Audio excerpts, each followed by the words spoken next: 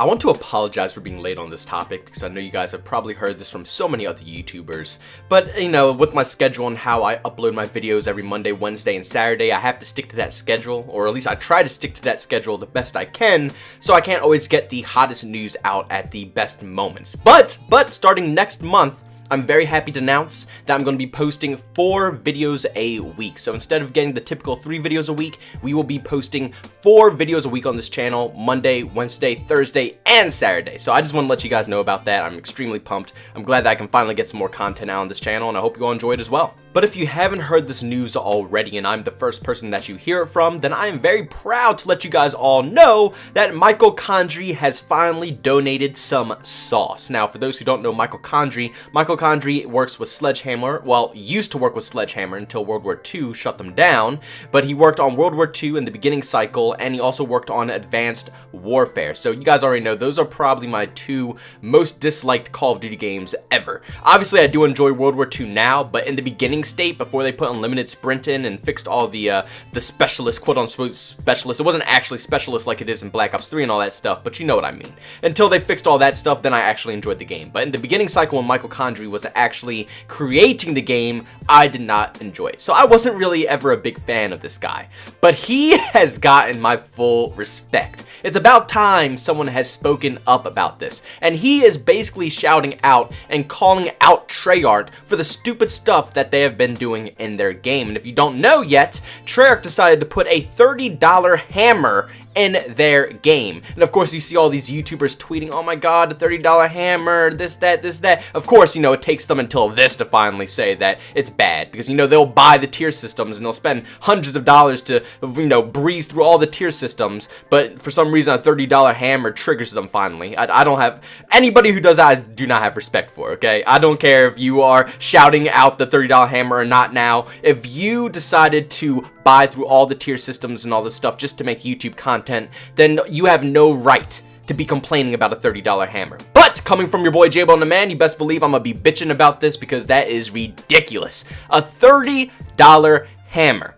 You could get a hammer cheaper in real life probably than compared to a $30 virtual hammer. It does nothing else for you. Honestly, when I saw the trailer, I'm like, this thing might like shoot some rockets out of it or maybe some shotgun shells. No, it's literally just a melee weapon. A skinned melee weapon that they took from, you know, the basic knife and just reskinned it to give to us. Nothing special, nothing unique. It's disappointing. But out of all the people, out of everybody in the world to speak on this topic, I did not think Michael was going to be the guy who actually spoke out about this, especially after he got dropped off of the Call of Duty team. This man can't even work on Call of Duty games anymore, but he's still going to come out and speak his mind. And you know what? Much respect. I respect that. But let's read the tweet, what he actually said. So here you are, Michael Condrey, official Twitter account, and he says, to be clear, Advanced Warfare launched only with rewarded supply drops. We were driven by and at the service of providing fans more ways than just XP to earn rewards, customize their CAC, and express achievements in the virtual lobby. $30 for a melee weapon? Not on my watch. It's not on his watch, baby. Not on that sauce watch. Condrey's not messing around here. But seriously, at this point, it's not even Activision. I'm telling you, it is Treyarch as well. It comes down to Treyarch to putting in these new and unique things to pay $30 for. Treyarch could have said, okay, well, Activision wants us to put in new DLC to get more money, so what could we make for $30? They could have made a new weapon for $30. They could have made a whole pack of weapons, like 3 weapons, 3 brand new weapons for $30, 3 new skins for, I don't know, $10, something like that. But no, instead they go ahead and they make a hammer. They make a hammer for $30. That's what they decide to make.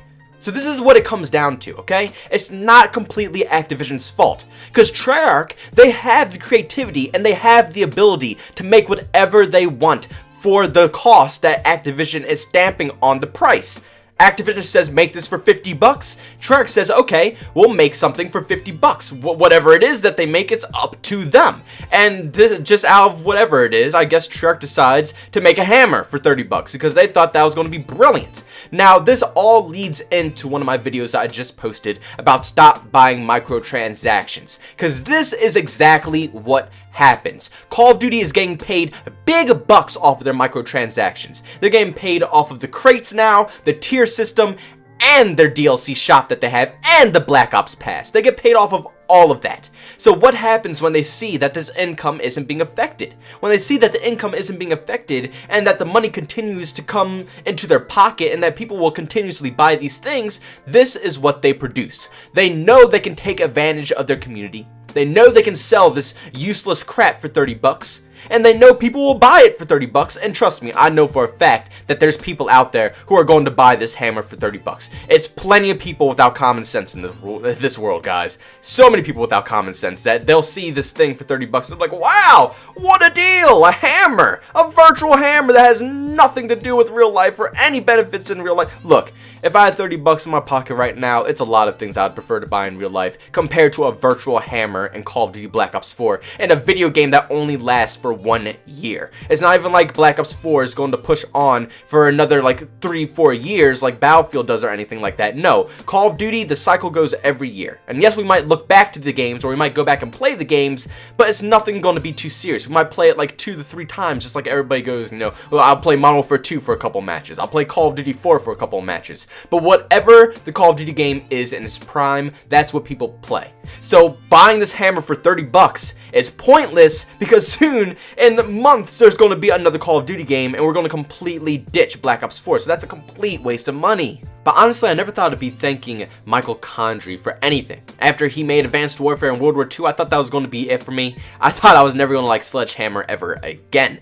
But the fact that he came out on Twitter publicly, and I mean, this wasn't even private. I mean, Vaughn can see this. Vaughn can go ahead and go on Twitter and see that he even tweeted this. I mean, this wasn't a private thing that was done. He went ahead and said this to the public, and I'm very happy that he did so. I'm happy that he actually exposed Treyarch for the bullcrap that they're putting us through, and that someone who was actually a head of the actual production studio who made a Call of Duty game thinks this way as well. So it's not just us. It's not even just the community or the people who play Call of Duty who think this is a bad idea. It's the actual developers as well who think this is a horrible idea as well. So thank you, Michael Condrey, really, because if it wasn't for you, we probably wouldn't be making any progress with the, well, no, with our personal mission. I don't know if anybody else is making this a personal mission because the majority of all the YouTubers on here are buying tier systems like it's nothing. They're blowing hundreds of dollars on these tier systems, so I don't even think it's any of their concern to stop microtransactions in Call of Duty. But for me, it is a personal goal to try to spread awareness about this and to hopefully stop microtransactions in these games. It's really insane. And you don't have to stop all the microtransactions, obviously. DLC maps are cool and skins are cool and you can buy all that stuff. But when you start putting weapons into this and you have to pay for the weapons to get it extra early compared to other people who have to grind day in and day out just to get it, that is a bit unfair. And on top of that, they put a $30 hammer in the game. Come on now, man. Come on. Thank you, Michael Condrey, because honestly, if it was up to all these other YouTubers, we would be screwed. We would be in the dirt because all these YouTubers, they talk out their ass, man. They legitimately talk out their ass, and I'll say that with 110% confidence because like I said, you guys know it, and I'm not saying every YouTuber out there is bad like this, but there's a huge majority actually of the Call of Duty community where they buy these tier systems to get the early content. They want the early stuff so they can make YouTube content on that. First, I can't really blame them for that because yes, that is their job to make YouTube content, but I don't think they're understanding that when they're buying all this YouTube content, they're putting hundreds of dollars into Treyarch's pocket, which isn't helping at all with how the microtransactions are going. The whole point to stopping microtransactions is to stop buying them. If you hurt their pockets, then they'll stop the process. They will stop putting it in the game because it's not making them money anymore. And then they'll go off and try to think of another way to make more money in their pocket. So that's how you have to do it. You have to suffocate them. You have to suffocate their pockets, make sure they don't have any money, no income coming in from all this stuff. And yes, they will finally make sure to stop putting microtransactions into the game. But thank you all for tuning in to yet another video. As always, I appreciate each and every one of you for tuning in to yet another one. If you enjoyed the video, make sure you leave a like. If you dislike it, make sure you dislike the video as well. If you want to just leave down a comment section on what you all think about this whole fiasco, I think it's pretty awesome that Michael Condrey actually decided to speak up about this. But what do you guys think? Do you think it was stupid that he did this? Do you think it was a good idea that he did this? And what do you think about this stupid $30 hammer? Seriously, that's absolutely absurd. Honestly, I don't even want to know what you guys think about it, because if I see a comment down below saying that they like the $30 hammer, God have mercy on your soul, I might faint.